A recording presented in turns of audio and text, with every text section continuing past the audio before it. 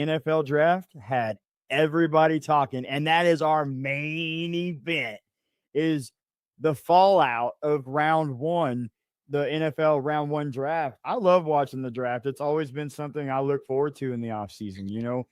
It we have the Super Bowl, and then we have free agency frenzy, like right there in the middle of March, and then we have the NFL draft for a whole weekend, and then it becomes okay. Now we got to wait probably a month or two, and then the OTAs, offseason workouts start. The NFL schedule, the full schedule is coming up next month, so that's something to look forward to. And but yeah, how are we feeling about our team? We're going to be talking about that. Winners and losers, reach versus steal, who we want our teams to take in round two and possibly round three. And we are going to be talking who could be the first pick of round two tonight. So, how are you feeling about the Cowboys? Yeah, I thought that the move to trade up, you moved up one spot to get Downs was a really, really solid move by the Cowboys. You desperately needed something in your defensive backfield to help you out, to get some more stability on that side of the football. Huge move. We talked at length about how this team needed some strong defensive presence. They definitely got it. Trading up one spot could prove to be huge for this team. And I'm excited about that. We'll see how everything goes from here on out. Cowboys don't have a pick in the second round. They've got to wait until something like pick 92, I think, before they make any more noise. But they got Downs, and they got the defensive lineman out of UCF that is big body guy. His name is escaping me right now because Malachi Lawrence. Malachi Lawrence. Yeah, kind of a shock to me. And I texted you as soon as it happened, and I said, "Who is this?" Because he was nowhere on my mock. Nowhere. So, shout out to the Matty D, Mr. Matt. He's Cowboy fan as well. He goes, "What do you know about this guy?" He instantly texts me as soon as the pick happened. He goes, "What do you know about Malachi Lawrence?" I was like, "Oh yeah, no, this is a really great pick." I like Malachi Lawrence, and the fact that didn't they trade back? Am I right? They traded back, correct? Yeah. To get him? Yes. Yeah. So yeah, they let the Eagles, they traded with the Eagles. So they went from 20 to 23. And I think they would have probably preferred Akeem Mesidor, but Malachi Lawrence. And I remember watching his combine, and I remember watching the tape. And the one thing that stood out to me the most was he has long arms for an edge rusher, which is really great to have. That makes it where those tackles don't have, they can't put their hands on you first. And so I think that'll allow him to use his explosiveness off the line to really create havoc in the backfield. He played for University of Central Florida. And so a lot of people don't know him, but if you go and watch the tape, and then you go and watch the combine, and go watch the Senior Bowl too, don't just watch the combine. He had a really good Senior Bowl. I think in one of my mock drafts, I had the Cowboys taking Malachi Lawrence, but then I was like, no, there's no way. I was like, he's an early second rounder. And no, he's a first round talent for the Cowboys. They doubled down on defense. They got George Pickens. He signed his franchise tag, so they focused on defense in the draft so far. And I think that's a big move for the Cowboys. And I mean, especially in that NFC East, we'll get into that in just a minute. I want to talk about, the Chargers and what they did real quick. I'm actually kind of shocked that Mesidor fell to the Chargers at 23. When the Chargers selected Mesidor, I had mixed emotions. I'm not going to lie. I was kind of like, obviously his age is a little concerning. He is already 25 to start the season. Then I remembered something. Edge rushers have a shelf life like no one's business. They don't have a short shelf life. The running backs and some corners do. So I think edge rush, and the older you are at edge rusher, it seems like the better you kind of become, because then you have more knowledge of the game. And so the fact that he's already 25 probably tells me he's kind of understands the game to its fullest, and he's going to be sitting behind. He's not going to be sitting behind. He's going to be playing alongside Khalil Mack, one of the greatest edge rushers to play the game And Yeah. I heard something during the draft that I wasn't really fully aware. He can play edge, or he can even slide inside, kick inside to play interior defensive lineman. So that's kind of a 2-for-1 player, if you ask me. And adding depth is never a bad thing. So I like it. Have to build on that, but it's a solid start to round 1 for the Chargers. And Yeah, Chargers and Cowboys are kind of in the same boat where they couldn't stop the run this past season, and so adding the defensive line prowess that you get out of a guy like Mesidor is, I think, a great move for the Chargers, and I think that it's going to end up benefiting them greatly, just for the things that you just said. I mean, the guy can play anywhere on that line, and so good for them. Good for you, my buddy Tim. I have a saying ever since Jim Harbaugh has become the head coach, and that is simply, in Harbaugh, I trust, because it doesn't matter. Harbaugh is turned this franchise around with Joe Hortz at GM. They're a great pairing. But Jim, we really got to hammer home the day 2. We got to hit some home runs in day 2. And we're going to get to what I think they should do, or what I would like to see them do, in just a bit. But I want to kind of switch gears real quick and talk about some of these picks before we get into the biggest reach and biggest steal of the night. And I'm looking here, and Mansour Delane went to the Chiefs. Arvell Reese went number 5 to the Giants. How about Jeremiah Love? Let's talk about this, Will. Jeremiah Love to the Cardinals at 3. Yeah, that surprised me too. Whenever I saw that, every mock draft that I looked at had him at 4. Every one of them had him go to Tennessee, which I think that the Titans may have been really counting on.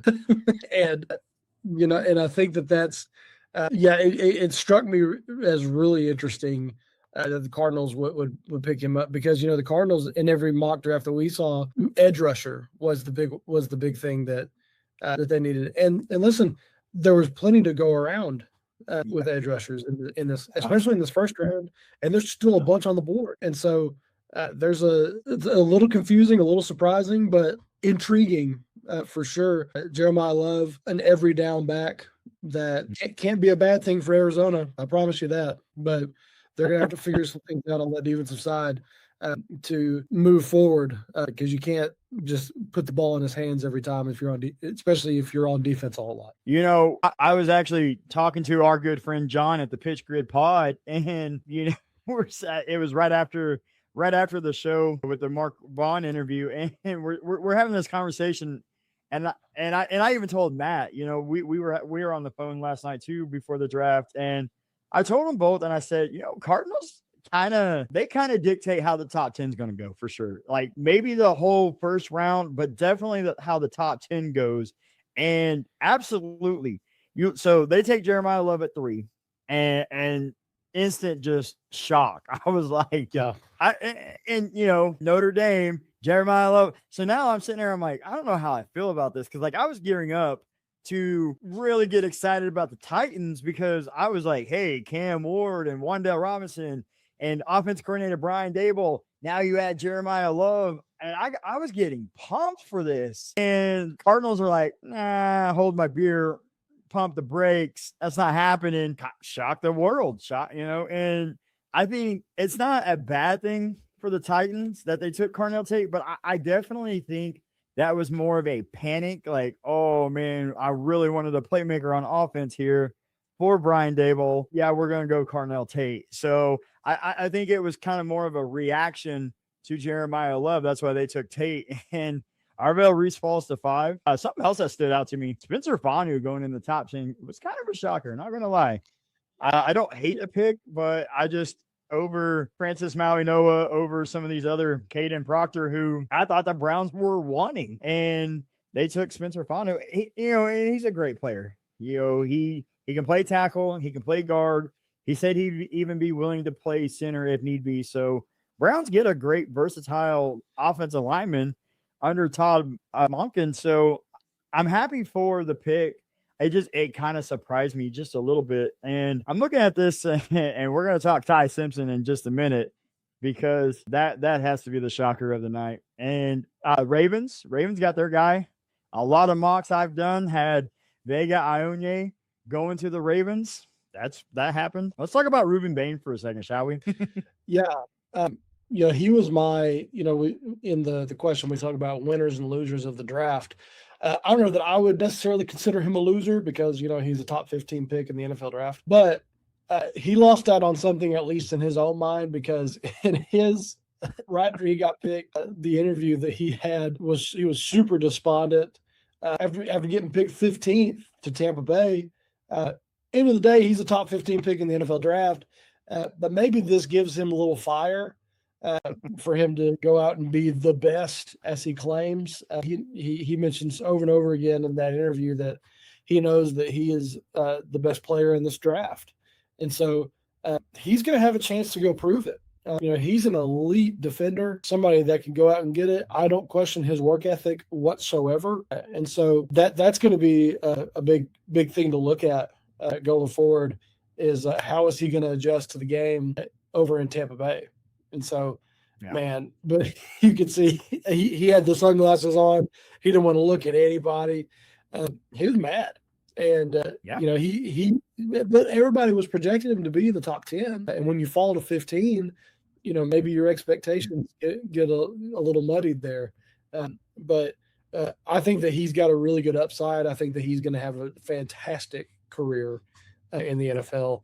And, this is just one of those things that maybe gives him a little bulletin board material, maybe a little bit of extra motivation to work even harder to be the best. And I think that he can be. Who do you think is the biggest reach and the biggest steal of the draft? Because there were some players that definitely went a little higher than they should have, and then there's some players that kind of went a little lower than expected. Yeah, the main story really that everybody was talking about in this is Ty Simpson. You talk about a guy who turned down money to transfer to Miami. Okay, this back talking through transfer portal stuff in college ball. Was offered a $6.5 million package by the Hurricanes to go play ball over in Miami. He said, "Nope, peace out. I'm going pro."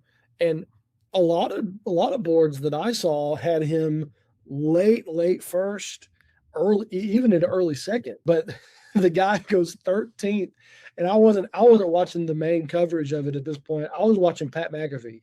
I was watching his show. Dan Orlovsky pops in and is telling everybody, "Hey, watch it here. Simpson's going 13th right here." And they're all looking at him like he's insane. Okay. Yeah. And rightfully so, because nobody had that picked. Nobody did. And when it happens, he's high-fiving everybody going around that he got the pick right. But I barely had him out of the first round. I had him at 31 in my mock. And to be honest, I don't really see what the Rams see in this. You have Matt Stafford as your starting quarterback. He's 38. He's heading into his swan song era in this. He's going to hang it up. If not this next year, 1 to 3 years from now, he's going to be out of the league. And so he's entering his last years as a football player. Do you really want your future and your franchise to be in the hands of Ty Simpson? I don't know. I mean, there's a lot of unknown there. It just felt really weird, especially how the end of the season was for Ty Simpson over at Alabama. Really injury plagued and really didn't have a whole lot of, there wasn't just a ton of consistency out of him. And so this is just a weird pick for me, if I'm being honest. And, aside from Mendoza in this draft, who's still kind of suspect to me, there's really not another really super strong quarterback that I thought would be a first rounder. You got guys like Carson Beck, who's being mentioned as a second rounder. I don't really see much of a difference between Simpson and Beck, if I'm being completely honest. I don't think that there's a whole lot of difference in those two guys. And so for one to go that much further ahead than the other is pretty puzzling to me, just from where I stand on it. You know who was not happy about this pick? Sean McVay. Sean McVay is mad as I'll ever get out. I mean, so guys, if you didn't see in the press conference, usually what happens after a big round one selection, okay, you have the GM, you have the coach in a press conference, and the spirits are good. They're all smiling. They're high-fiving each other. The vibes were there. Okay. That wasn't the case last night. McVay, he's just kind of doing this. And he's got this mad look on his face. And a reporter was asking, about Tyson. He goes, well, he's not, he's going to have to beat out Stetson Bennett. And I was like, number 13 pick overall has to beat out a backup quarterback to be the second string quarterback. And I get it. That's how football works. But from my understanding, he hasn't even met, he didn't even meet with Ty Simpson. So this kind of came as a shock. And you think about it, and I'm just going to go ahead and spoil it real quick. I think the Rams lost in terms of, for this year, the Rams lost in round 1 because you had the two first round picks. You traded your first round pick for Trent McDuffie. Great. Boom.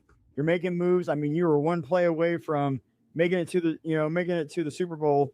So then you go and get a quarterback who, unless Stafford gets hurt, is not going to see any action this season. He's literally going to be holding the clipboard, probably going to have a ball cap on, definitely not going to be in shoulder pads. He's just going to be sitting there. And so for me, why would you not Mekhi Lemon? Why wouldn't you want to go get, an offensive lineman? Why wouldn't you want to go get more defensive help? Something that's going to have an impact this season. The general manager, from what I see, went behind the back and said, no, we're going to go quarterback of the future. So for me, the Rams are a big loser, I think, for that, because Sean McVay's not happy. Yeah, it certainly doesn't look good. I'm looking at a picture right now from Gary Klein over at LA Times. Just look at this. This is hysterical how mad McVay looks in this. Definitely not happy. Definitely wasn't wanting that pick for sure. So now I will say real quick on the flip side of that, Ty Simpson is a winner of this draft. As long as McVay's the coach, this is the best scenario for him. He goes to the Rams, great coach, great quarterback to learn from. He doesn't get thrown to the wolves right away. He can literally sit back, learn from one of the best quarterbacks in the NFL today, and really learn the game and learn under an offensive-minded guru like Sean McVay. This is the best case for him. Rams, sorry. Yeah. Not so much. Yeah. This is very reminiscent of, well, not the way that it played out in the draft, because this guy got drafted later than he wanted to, but like the Aaron Rodgers situation to Green Bay, to go and sit behind Brett Favre for a little while. Let's see an older Brett Favre at that point who taught Rodgers a bunch in those years. And so, yeah, I wholeheartedly agree. Ty Simpson is a winner in the first round of the draft, because he gets all the benefit of a really good coaching staff and a really good quarterback room. Who do you have as who's your biggest steal of the draft? I don't know. We've already mentioned it, but I think the Cowboys moving up to get Downs was a big deal. And I'm saying that as a Cowboys fan. I'm really not trying to sit here and be biased about my team. There's a lot wrong with the Cowboys. There's a lot still to be done with the Cowboys. But yeah, I think best case scenario, best thing that Jerry could have done at that point was to trade up to try to get a really high level safety. I think that whenever Downs was at Alabama, they called him a gold jacket guy. They think that he's that good. He's a 40-year-old man in a 20-year-old's body. Okay, he's one of these just really, really wise, beyond his years kind of guy. Really good motor, old school 90s style safety who's not afraid to take your head off. It's one of these guys that you need in your defensive backfield. And so they got a huge winner out of him. And now, can they sustain it? Can they keep him around? Can they have enough success, over on the offensive side of the ball too, to kind of balance some things out? Time will tell. But I think that's a huge win for the Cowboys to get Caleb Downs where they got him. Absolutely. For me, I think one of my biggest falls, or, one of the biggest steals of the night happened with the Bears. Actually, they drafted safety Dylan Thiemann, who I really kind of anticipated. Okay, so let's break this down real quick. I thought the Lions or the Vikings at 17 and 18, division rivals of the Bears, was going to take him. I thought, maybe the Jets could have taken him. Yeah, I thought that Thiemann, he fell way further than I really thought he would. He's kind of in that Ruben Bain territory of falling lower than he should have, because he's one of these guys that you can see can make an immediate impact. I mean, he's one of these that flies around that can really make a lot of noise, and so yeah, that was a huge get for them as well. Yeah, I think the Spencer Fanu might be a slight reach, like I mentioned earlier, but I'm not mad at the pick. I think this has been a wild draft, guys. It's been a wild draft. Kansas City, as much as like oh man, I don't want to say this, but like they're probably like my biggest winner of the draft. Them and the Jets. With what the Chiefs did, they're big winners in the draft. They traded up 3 spots, didn't give up a whole lot to the Browns to move from 9 to 6. They selected Mansour Delane, best corner in the draft, with the 29th pick, who they got from the Rams in the Trent McDuffie trade. They went out and selected defensive lineman Peter Woods from Clemson. I want to also point out that this makes Peter Woods a winner of the draft because the chances of him facing a double team in the NFL, as long as Chris Jones is right there beside him, and as long as you have George Kalafkas, 0% chance that he ever hits a double team in his career playing next to those two. So Peter Woods is a winner. And going to a Super Bowl caliber team and learning from the best coach in the NFL with these picks, the rest of the AFC West are slight losers just off of this alone. And that pains me to say, but I try to be as unbiased as I can. And the Chiefs are big winners. And I think what the Jets did with trading back up into the first round for Omar Cooper Jr., I think that was a solid move. They took David Bailey. They took Kenyon Sadiq, that was a shocker to me, taking another tight end just after drafting Mason Taylor last season. And then you traded up. You move up a couple of spots and you take Omar Cooper Jr. Man, it's hard to say that the Jets are not winners after those simple moves. Yeah, I agree. I agree with all that. Moving on, who we think could be the first player off the board tonight in round 2. 49ers have the pick right there, the first pick of the second round. Who do you have going to San Francisco with the 33rd pick? Oh, yeah. So this is easy for me. Safety Emmanuel McNeil-Warren from Toledo. He's the 15th ranked player in Daniel Jeremiah's top 150. I had them in the last mock draft taking him in the first round. The 49ers are really smart. They traded back because basically from picks 15 to like 100 and something, the talent is kind of, I mean, you could substitute a guy here and there, but it's pretty even in terms of value. So I think Emmanuel McNeil-Warren being in that backfield, like I mentioned on Monday in the final mock draft, is a great fit for Kyle Shanahan. They already got the offensive pieces in the offseason. Focus on your defense, especially in the secondary, in a tough NFC West division, where you have to face receivers like JSN and Puka Nacua, Devontae Adams, Marvin Harrison Jr. Go solidify that backfield. And I think Emmanuel McNeil-Warren from Toledo, unless the 49ers trade this pick and trade back for extra picks, I think this should be the pick for them, though. Yeah, I'm going to go in an interesting sort of direction. I was flip-flopping between a couple guys with this. Okay. I know you said that it was pretty easy for you to look at McNeil-Warren in this. I'm going to go actually with who I think is probably the best player available in the draft right now, and that's Jermod McCoy.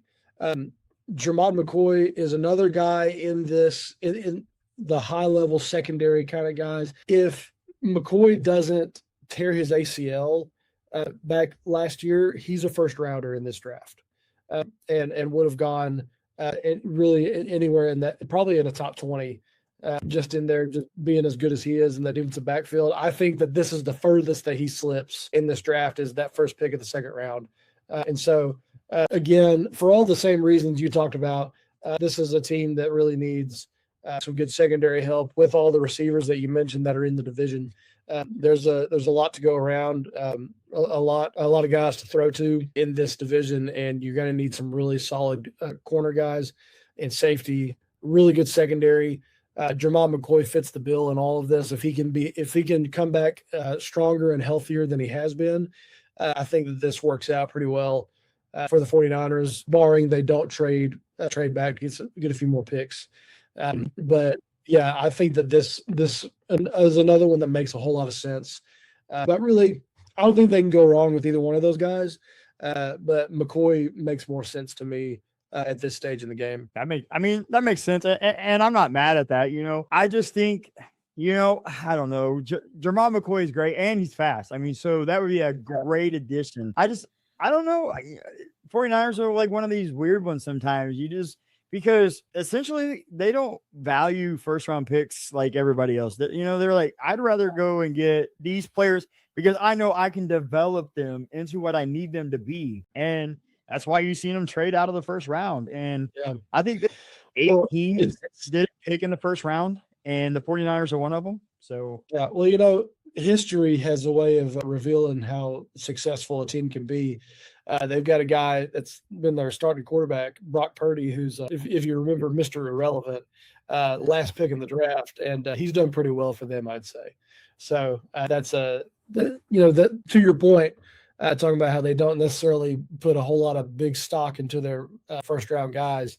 I think that's probably the mark of a pretty successful organization, and they're going to be able to, for a lot of years, to be around the top of the NFL if they keep doing what they're doing. Absolutely. Hey, real quick, shout out to Jeremiah Love and Jadarian Price for becoming the first running back teammates to get drafted in the first round since 2008. And guys, since Felix Jones and Darren McFadden Run DMC did it back in 2008. Greatest running back of all time for Arkansas is Mr. McFadden. How about that? I gotta say, I was looking at it. Jadarian Price going to Seattle made sense because I don't see them. I didn't see him making it back to Seattle again. And honestly, when the Titans traded up to hit the number 31 pick, I thought they were going to go running back there, but they went with Keldrick Falk, which is a great addition to that defense.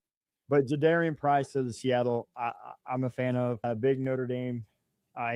And some may actually argue that he has better vision than Jeremiah Love. So we'll have to see how that plays out. But big shout out to Jadarian Price for getting their guy at 32 and being a great duo that got drafted in the first round. Will, round 1 is complete, though. It was a lot of chaos. It was. But we still have rounds 2 and 3 tonight, and we have 4, 5, 6, 7 tomorrow. I want to hear who you have as like somebody you hope. I know that they don't have a second round pick, so maybe they trade up but the next time that the Cowboys pick, which is in you said 93rd overall? Yeah, 92 is their next pick. Okay. And I'll be honest, I'm not real sure who's going to be left at that point. There's, I know there's a lot of guys that can slip up in there.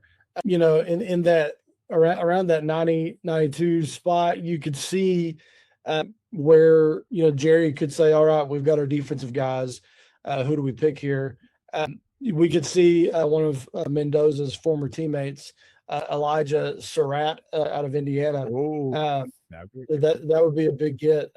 Just another guy to complement Pickens out there, just to see if that'd be a possibility. I would love to see that. I would also love to see if he falls this far, maybe a guy like Mike Washington, running back, would get picked up over there.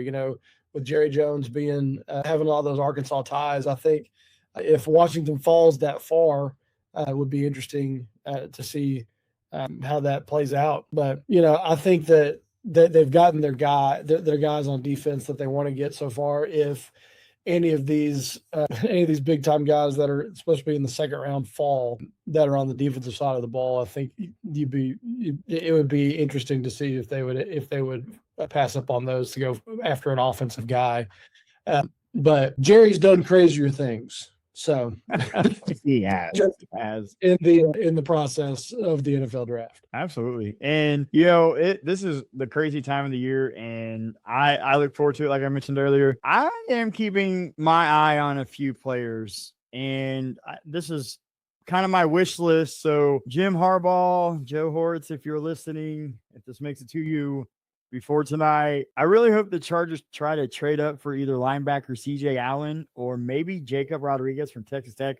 Very athletic linebacker, great side to side, and just kind of one of those playmaking linebackers. And that's what the Chargers need. They solidified the defensive front. Now go get a linebacker to help, in that front seven as well, like in the middle of the field. If they don't go that route, or maybe they're not available, let's go after offensive guard Chase Basantas from Texas A&M, or a corner like D'Angelo Pons from Indiana National, who has experience in big games. So I want to see somebody that has experience in big games come to the team and be impactful right out of the gate for the Chargers in year one. Is there anything else, Will, that you'd like to add before we hit the closing words and get out of here? Yeah, kind of along those same lines. You talk about you want guys a part of the organization that are proven winners. Like I've said before, winners win, losers lose.